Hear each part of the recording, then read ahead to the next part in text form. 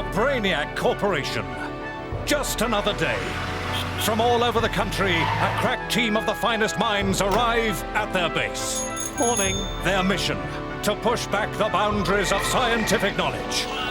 So come on in, step inside with us, but prepare yourself for a bumpy ride as we embark on the worst excesses that are Brainiac Science Abuse.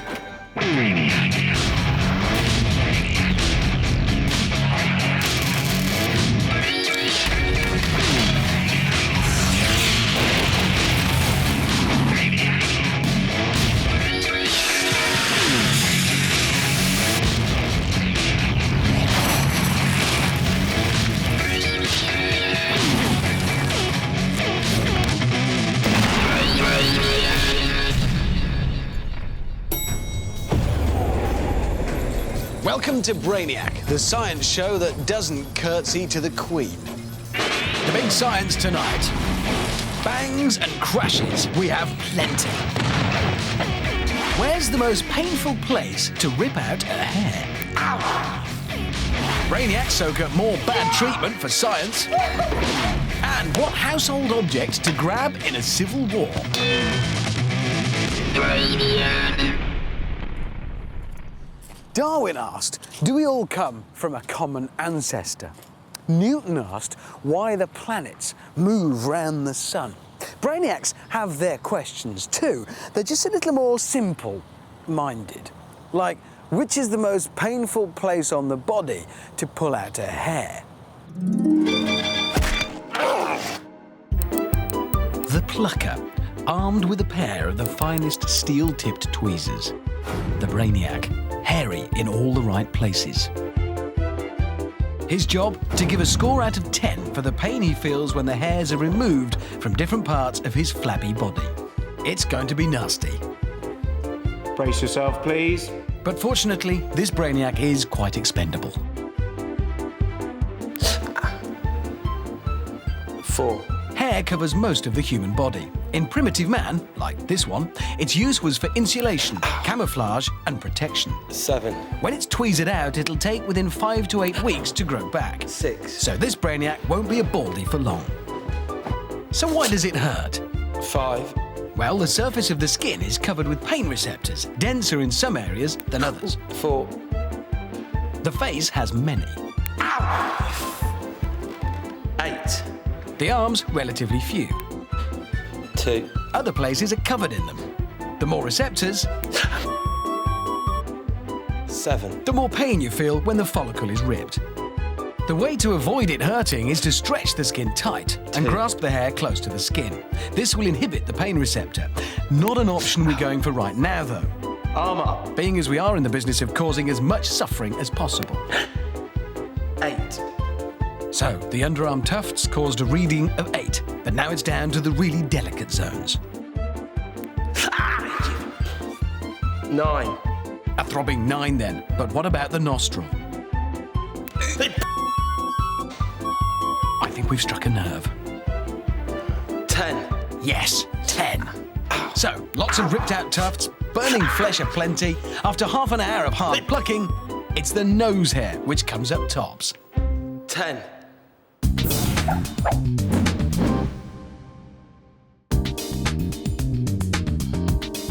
Here's one for you. Can you ever be thinking about nothing?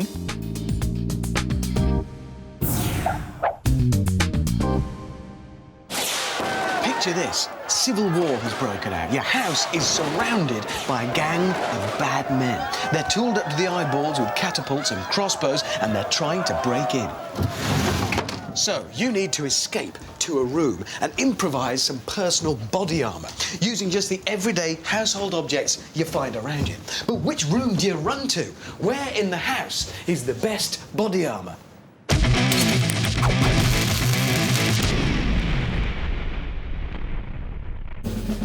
Brainiacs and deadly weapons, a lethal combination under any circumstances. These three can't be trusted with an open safety pin, so it's heads down all round when they're armed with this lot. 3 inviting targets then, and 60 seconds of mayhem. How much damage can they inflict? We see just 3 mannequins in front of them. but in their tiny Brainiac heads, they see anyone who's ever been nasty to them. I'm staying well away. This is what happens when you don't have homemade armour. So let's raid the house and see which objects offer the best protection against this awesome firepower. Because that has gotta hurt. Protecting our mannequins, we have from the living room a lampshade and a feather cushion. From the bathroom, a potty and a wooden toilet seat. And from the kitchen, a colander and a wok. How will they do? This is the Barnet Diablo. It can fire a lead ball at 300 feet per second with enough force to turn a man's ribs to pulp. So, let's see if our living room body armour can stop it.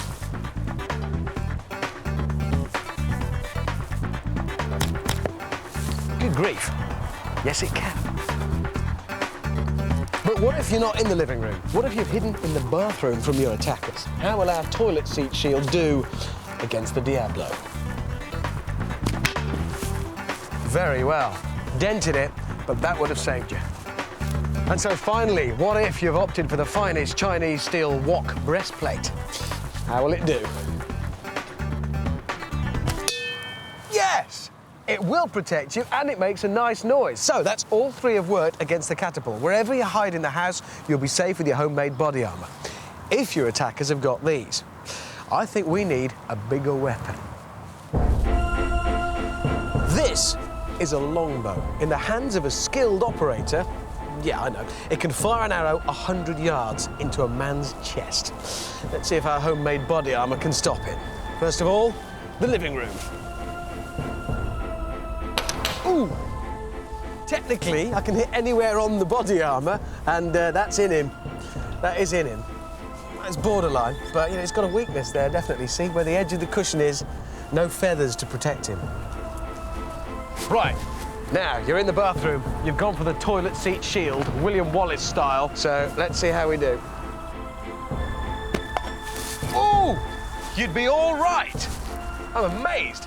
Well, if the toilet seat shield managed, I've got high hopes for the wok.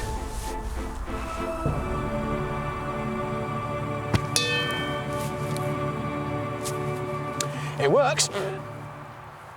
Now, it has, as you can see, started to rain quite heavily and it's very windy. In fact, our mannequin has lost his protective helmet. But bad weather never put off attackers. And what if they're armed with one of these?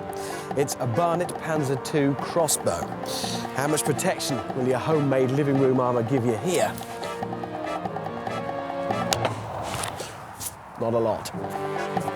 Even 8 inches of feather is not enough protection from a crossbow bolt. It's gone through the cushion and now the other side. That's bad news. Bring on the toilet seat.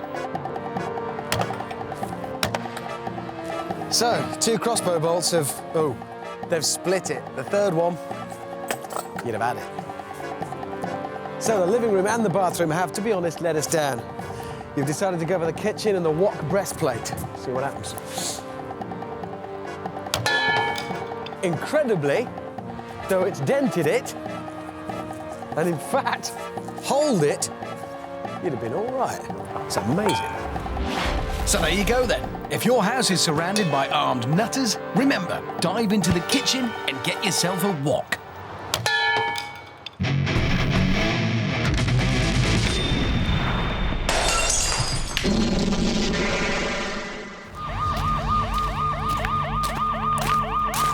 Stop. The following experiment is dangerous. Do not try this at home. No, really, don't. Nitrocellulose is an inherently unstable chemical. It will react when subjected to extreme heat. Encased in a bag full of steel wool, it undergoes rapid self-propagating decomposition. This ultimately causes the bag to burst, which releases gases which then ignite in the sparks from the steel wool. And then ultimately explode. We do these experiments so you don't have to. Do not try this at home.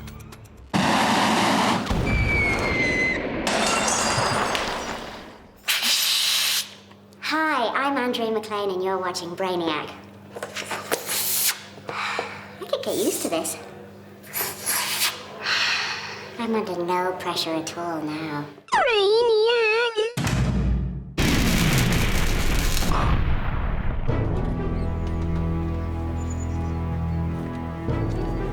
Will it fizz or will it bang? The regular chemistry conundrum as posed by Dr. John P. Kilcoyne, Principal Lecturer of the University of Sunderland. So, what chemicals has Dr. Kilcoyne got in his shed today?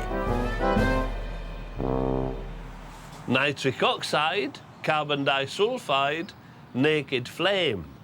Will it fizz or will it bang? We'll be giving you the answer shortly.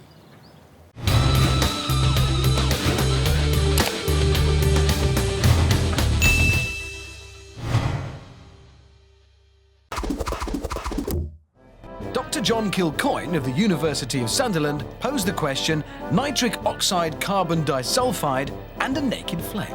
Will it fizz or will it bang? The answer? It bangs. Put a naked flame near this chemical and energy is released in the form of light. The sound comes from the combustion wave travelling down the tube and makes a little whooping bang, like a barking dog. What a great bang! Nice one, Doc! 47 seconds science. Big science questions answered in bite-sized chunks. If you eat popping candy and drink cola, will your stomach explode? It's the original combustible comestible. It fizzes and pops when it contacts your tongue. Popping candy is unusual, but added to cola, is it dangerous? It's a theory which has been around for generations, but to now, no one has dared put it to the test. Both substances generate carbon dioxide in volumes, on the tongue, in the mouth, and ultimately in the stomach. The body has mechanisms for releasing this gas, but will it be expelled safely in time, or will we have to scrape little bits of Brainiac off the tarmac? Queasy and gassed up she may be, but no incendiary reaction. So, proved beyond doubt, eat popping candy and cola and your stomach will not explode.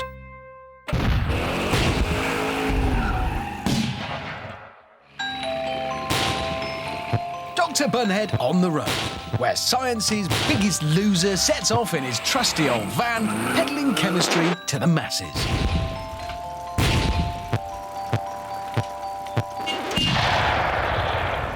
Hi, can we have some ice cream, please? What? Can we have an ice cream, please? What's it say up there? Dr. Bunhead's ices. Oh, yeah. So it does. Sorry. No. I've got a game you can play. It's very cool. Fried egg roulette. Take an egg. Drop it in there. We need to fry it. I haven't got a cooker, so what I'll use instead is some liquid nitrogen. There we go. Nice and gentle. Tip the spare off there. Yeah, mind your feet. Sorry about that. Be careful. And that. Watch yourselves. Right then. Let's get this beauty out. It sticks a bit more than a conventional fried egg. Oh, first time, you beauty. Okay, fried egg roulette, hands out and ready. Pass it on. Pass it on, warm it up. Pass it on, warm it up. So, it's starting to warm up already. Keep going. There we are. Lovely. Fantastic. Oh, come on. That's it. It's part of the game. Pass it back. Pass it back. Lovely. Beautiful. And yes, we have a winner. Let's have a look at that. Fantastic. Disgusting. What do you mean disgusting? Very, very icky. Horrible. God, what do you like? Look, take one of those. Take one of those and get lost. Go on, back to your lessons. I'll be writing to your teacher. And yours. Don't do that. That's disgusting. God. These days, when you buy your clothes, there are all sorts of fibres available to you. There are natural fibres, there are polyesters. There are fibres designed to keep you warm and fibres designed to stop you getting hot. There are even fibres that will change colour when you sweat. But which is the most absorbent fibre? Thank you.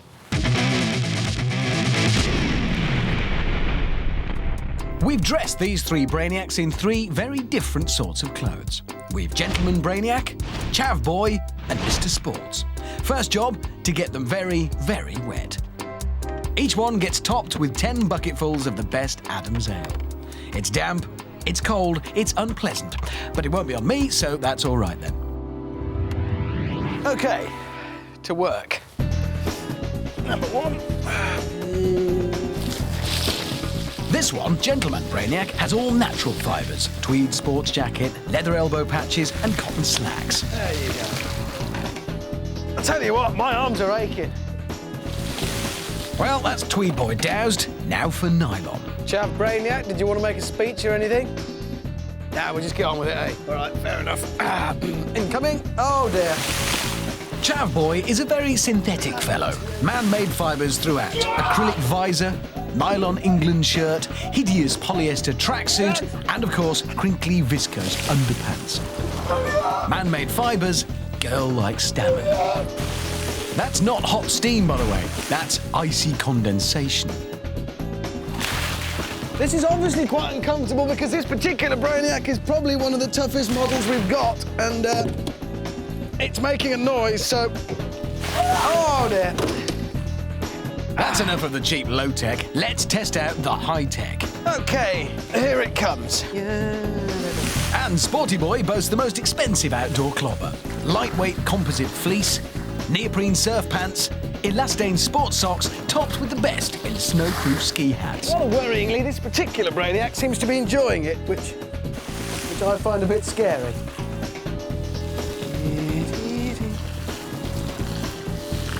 10 buckets each. There it is. OK, all 3 model Brainiacs in their different outfits are completely drenched, so let's see what we got. Take us down. So, after the flood, the measurements. The squeezers now need to extract every bit of residual moisture to see which set of clobber has retained the most dampness. No sweat in there, because it's too damn cold. So which outfit did hold on to the most liquid?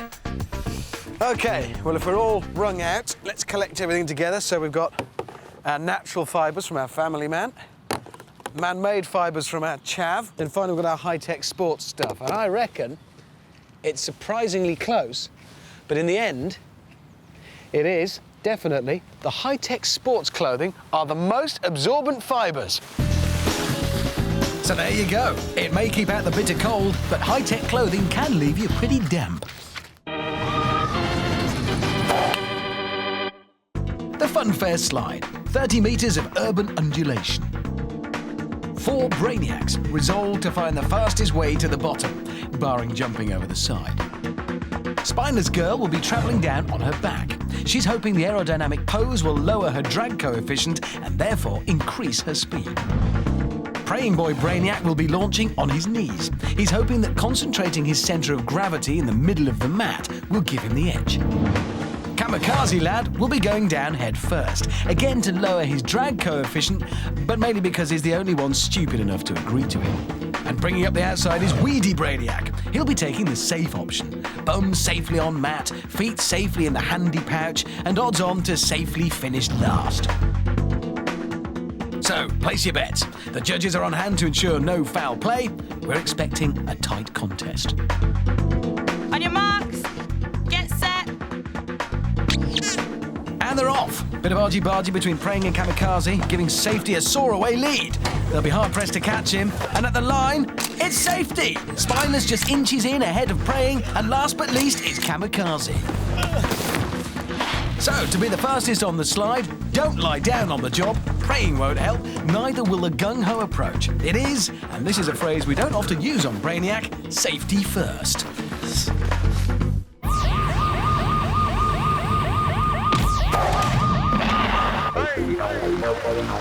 Brainiac is more than just a science show. In many ways, we like to think of ourselves as an arm of government. The arm that stops people doing stupid things. That's why we blow so many things up, to show you how recklessly foolish it is to mess around with dangerous household objects. Like kettles. They can give you a nasty blister if you touch them when they're hot, but there are worse things you can do. Isopropanol is a highly combustible solvent used in many commercial products. It boils at 82 degrees and has a tendency to spontaneously ignite if subject to a continual heat source. The element of a kettle provides just such a heat source. We've checked the instructions that came with this kettle and we couldn't find any warning about not doing this kind of thing. But we're pretty sure it's dangerous. Good job we're on hand to field this type of hazard. Heated to boiling point and beyond, the outcome takes a little while, but ultimately is inevitable. Fiery and destructive. A warning to us all then. Do not put combustible solvents in your kettle and boil them, which means do not try this at home. I can do science, me. Science you want done. You write to us and we'll give you the tools for the job. This week we're in East Molesey, grabbing greengrocer and sometime ornithologist Martin King. If you're lucky enough to be selected, then you too could be picked up in style by the Brainiac team and chauffeur-driven to our top-secret, state-of-the-art research laboratory. Get your thinking caps on and your ideas into us. Who knows, we might just pick you. It's I Can Do Science, Me, with Charlotte Hudson. Right. Good grief. Somebody's got rather a lot of time on their hands. Right, what do we have? Blah, blah, blah. Love the show. Blah, blah, blah. You're great. Da, da, da, da. What else? Ah, question. Bottom of page 7. He wants to know, is a bicycle twice as fast as a unicycle? Well, since you've taken so much effort, get on with it.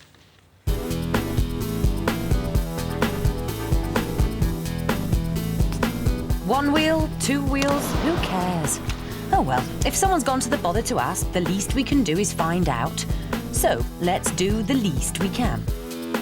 A short course to complete in as quick a time as he can.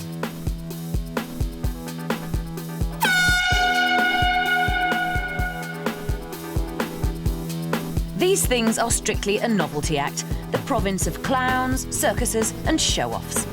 Not a very efficient form of transport. Anyway, wobbling uncertainly on his solitary wheel to match his solitary lifestyle, Martin King wobbles through his journey in a painful time of 24.32 seconds. So Martin King has posted a time on his unicycle. If two wheels are faster than one, are they twice as fast? Carry on. Two wheels then. Twice the grip, twice the overall rotation. Has the bike got twice the speed? 3, 2, 1. His unicycle struggled around this course. His bike, though, much more efficient around the corners, more acceleration on the long straights. He needs to finish the course within 12.16 seconds. And he does, easily. His name is Martin King. He wanted to know if a bicycle is twice as fast as a unicycle. The answer? It's a lot faster. I can do science, me.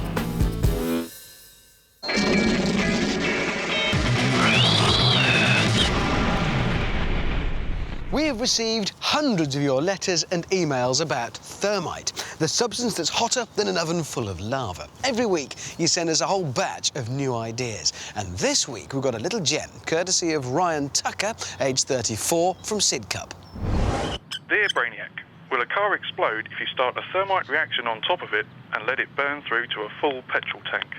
Well, I don't know, but I've got just the car for it, so let's find out. This is thermite. It's a powdered mixture of iron oxide and aluminium, which burns at 2,500 degrees Celsius, which is very, very hot. This is a car, or at least it was until last week when it got its first taste of the awesome power of thermite. Now that the engine is melted clean through, it seems only fitting to have a go at the petrol tank. Packed into the slow-release mechanism of a garden flower pot, the thermite is ready for action. Popped onto the roof directly above the fuel tank, a quick top-up, and just 4 feet of family car stands between the thermite and 8 gallons of petrol.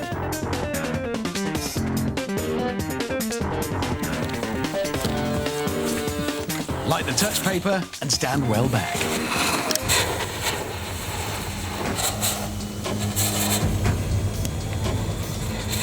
The irreversible thermite reaction begins.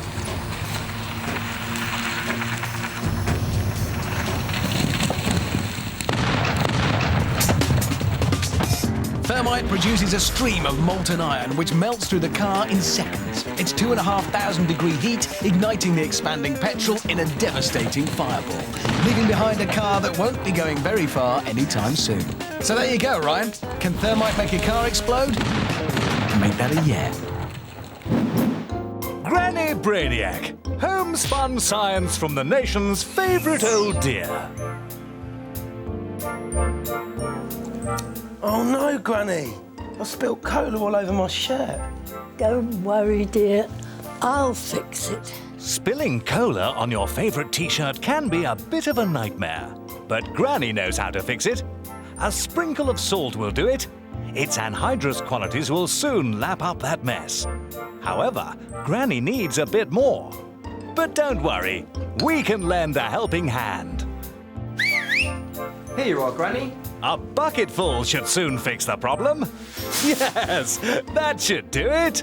Thanks, Gran. Good as new. Oh, yes, Granny knows best. She certainly does. Homespun science from the nation's favourite old dear.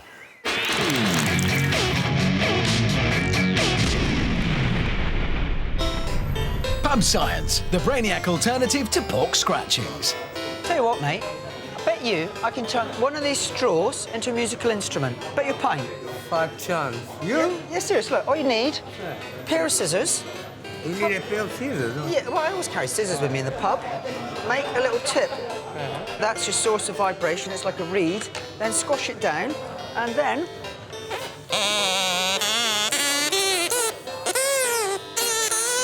Now look what you've done. Oh, sorry about that. You've got to buy me a drink now to replace it, innit? No, I did it. You seem too clever, aren't you? Come on, do something like that. Get the drink for me on the table, like, not with your scissors. Science fiction more like. Do one.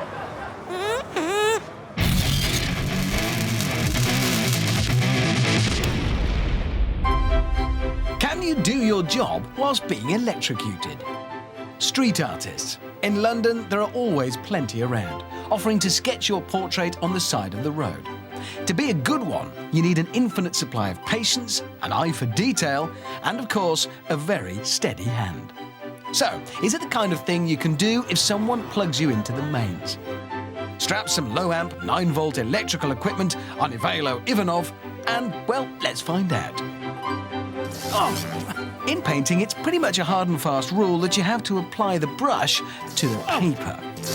Multiple electric surges seem to mitigate against this, the muscle-tightening effect dragging the hands away. Progress is also slower if you don't actually keep the brush in your hand.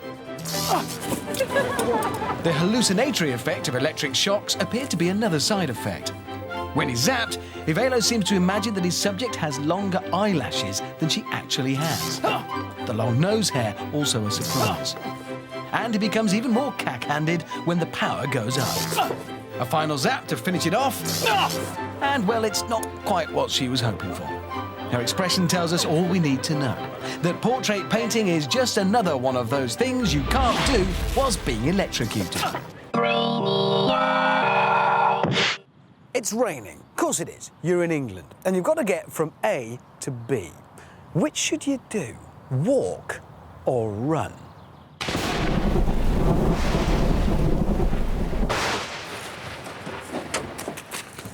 This is running Brainiac. Now, when the heavens open, he likes to run as fast as his little Brainiac legs will carry him. He figures the less time he spends in the rain, the less wet he'll get. This, by contrast, is the rather more leisurely walking Brainiac. He takes his time.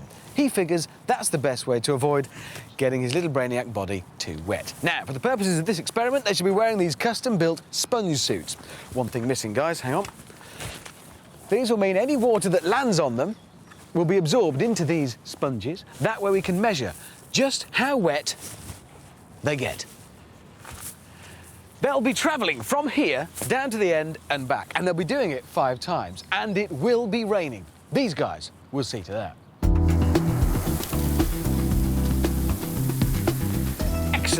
Brainiacs, in you come.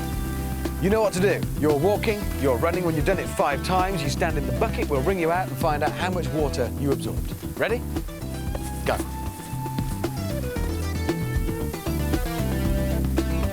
So, 2 points of view. Who then is right? That's 1 from Running Brainiac. In the course of our extensive research into the subject, we have uncovered this ancient traditional verse. When caught in the rain without mac, walk as fast as the wind at your back. But when the wind's in your face, the optimal pace is as fast as your legs can make track. Crap poet. Those who subscribe to the running technique maintain that the important thing is to spend as little time as possible with the rain falling on you. Obviously, less time in the rain means less chance for rain to hit you, so you get less wet if you run. Oh, come on, stop whimpering. It's only a bit of rain. On the other hand, the champions of the walking technique say that the time in the rain is less important than the speed at which the rain is hitting you.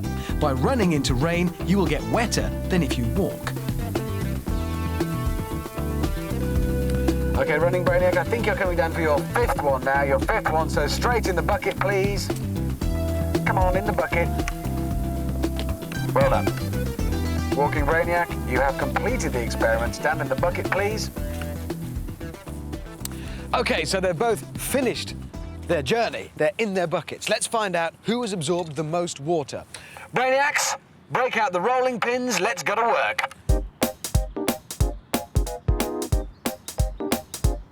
Let's do running first. It's important that you're really thorough here. All the lumps and bumps, don't be shy. We've got to get every drop of water off of it.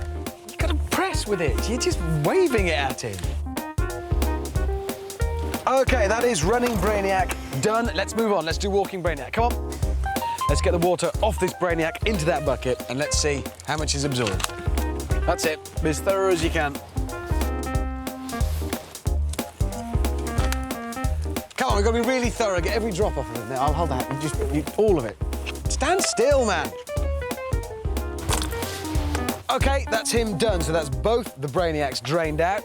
Bring on the measuring jugs, please. Brainiacs, if you'd like to step out of your buckets. Well done. Right, now we need to pour the water from the buckets into the measuring jugs, find out which one has absorbed the most. That's it, we need every drop. OK, you've finished. All the water's been collected. This then is Running Brainiac. This is Walking. Let's have a look. Well, it is close, but by the tiniest of margins, Running Brainiac has absorbed the most water. So there you go. If it's raining and you don't want to get wet, have a stroll.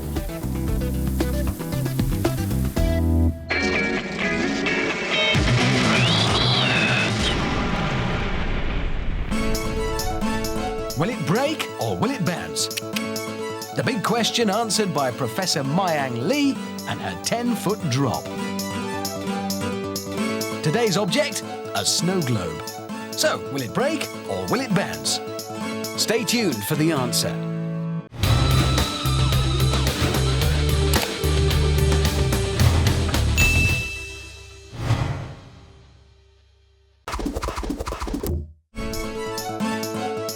Earlier, we asked, will a snow globe break or will it bounce? The answer? A snow globe breaks. That's a shame, but thanks, Prof. Brainiac. Conkers. Simply take one of these, make a hole in it, tie a shoelace to it, and you're ready to go. Or are you? Lose, and that's it. Your conker is smashed to bits. And there is no second place in conkers. It's all about winning again and again and again. And to do that, you need the ultimate conker. So, what is the best way to beef up a conker? It'll be a fight to the death, with only one winner. We have a champion, a 98er, unbeaten, blooded but unbowed. It's the one to beat. And then 7 different methods, 7 different conkers. We have baked, 2 hours at gas mark 1. It's a tough nut. The old sea salt, moisture sucked out in a month of desiccating. Pickled, a soak in vinegar, now shrunken and hard. Varnished, a tough exterior and a pretty, shiny skin. Hand creamed, soft, spongy, the impact absorber. Aged, last year's conker, old, wrinkly and mean as a grandad. And finally, liquid nitrogen, the Brainiac favourite, chilled to minus 198 degrees. Welcome to the ultimate conker's arena. And I think, without any further ado, we should get on with it. So, actually, I don't know what you say on these occasions. Let battle commence. Well, go on, get conking. It'll be a battle to the finish, rounds, semis and a grand final. First up, the champ takes on Vinegar Boy. Some wild swiping from the new kid, but as always, experience will out. A bloody contest, one winner, and of course, the loser suffers the indignity of stamps. Round 2, and Varnish really struggles against the desiccated Destroyer. Shiny bits flying off like chipped nails at a salon. The salty one goes through in victorious style. In the third, the hand creamer takes on last year's hero, the old kid on the block. But like an 80s band on a comeback, everyone laughs at the old guy's drain pipes, and he goes down, big style. The fourth contest, the baked hard nut versus liquid nitrogen, our big hope. But it all goes pear-shaped when the icy outer shell shatters to leave nothing under the surface. We have our semi-finalists then. Champion takes on desiccated, baked battles hand cream. There can be just 2 winners to go forward to the final from this, so let battle commence. Its nuts are flying, wild swipes aplenty, misses, glancing blows and crunching tackles. And at the end, 2 winners. That's got to hurt. And your conker's off! Which means, if I can find it, stamps of you. And that's it. That is it. You are gone. Loser, leave. Hand cream with his moisturised conker, and this is... it's unmarked. That's amazing. We have our finalists. So, can the softened ladyboy cream our champion? Oh, a good hit. See, again and again, this tough old contender takes blows that would shatter any other conker, and it just hangs on in there. Oh, that was a massive hit. Our moisturised conker showing some pretty structural cracks in there. Oh, I think it could be over. Oh, just hanging on now, really a shattered relic. But, to be honest, the champion doesn't look much better. Play on. Oh, he's gone! That's it, it's over. There are pieces everywhere, I can't find anything. No, it's gone, shattered, and that is it, final proof then. If you are going to artificially enhance your conker's performance, the best thing you can do is moisturise it, soften it with hand cream. But what we have shown above all else is there is no substitute for real talent and experience. At the end of the day, you can't beat a real champion.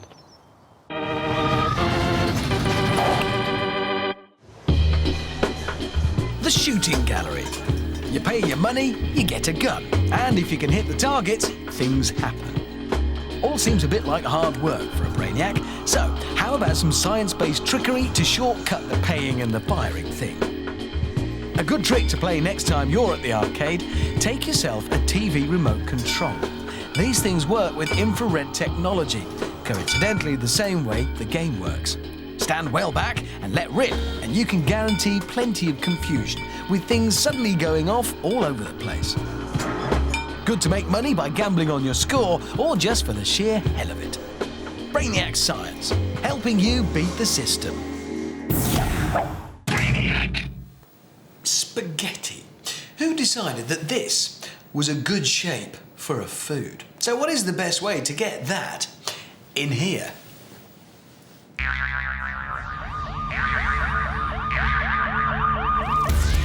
Of all the foodstuffs, spaghetti presents its own unique challenge. Linear by nature, it seems deliberately designed to cause maximum difficulty. 3 Brainiacs. If spaghetti appears on the menu, it's always the day you've chosen to wear a white shirt. Suck up, twirl on a spoon, or shuffle. The usual rules apply. Prepare to eat. The best method finishes first. Eat. A recent survey revealed that the method you use to eat this stuff runs in the family. Not quite a genetic trait. The fact is that people tend to stick to the method of their parents, and this habit is with you forever. Twirler boy. This method relies on the fact that the more you turn the fork, the greater the surface area, so the quicker and easier the spaghetti wraps up. A bit like a snowball being rolled, it constantly gathers volume. However, this method gets progressively harder the less there is on the plate. Shoveling is not the best method when out on a date. Trough-like in style, this brutal approach makes a mess of the features and most of the surrounding area, but it does get the job done. Sucking works because of the variation in pressure between the outside of the mouth and the inside. The suck creates a difference in density between the strand and the air inside the mouth, pulling the molecules on the surface of the foodstuff into the orifice. Cheating is frowned upon. We stamp on that kind of thing in the lab. So it's heads down, no nonsense, mindless noshing in the final straight. The sucker lags badly behind, but Shoveling Brainiac is making like a pig. Twirler is all fingers and thumbs in a pastravaganza of gorging. But it's no contest now, as Shoveler pushes his plate away in triumph. So there it is, finally and irrevocably. Shoveling, the best way to eat spaghetti.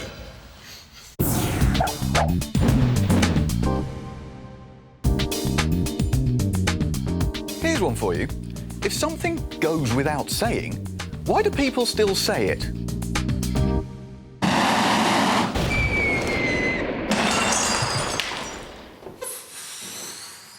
Hello everybody, I'm John Pasquale and you're watching Brainiac. I love John Tickle, but he does drink his own bath water. Oh, I think I'm gonna pass out.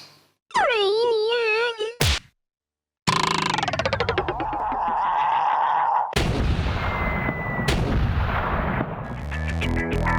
Nothing but bills?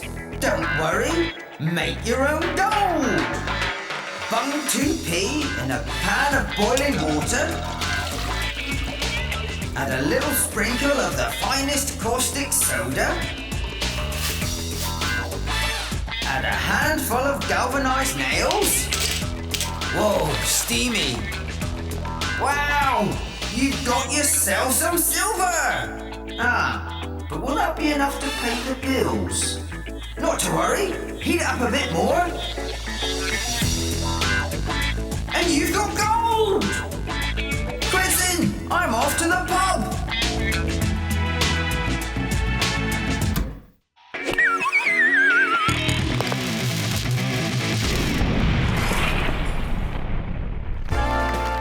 And yes, it's time yet again for another explosive game of Brainiac Golf. It's fast becoming a favourite of fans of both golf and mindless destruction of caravans.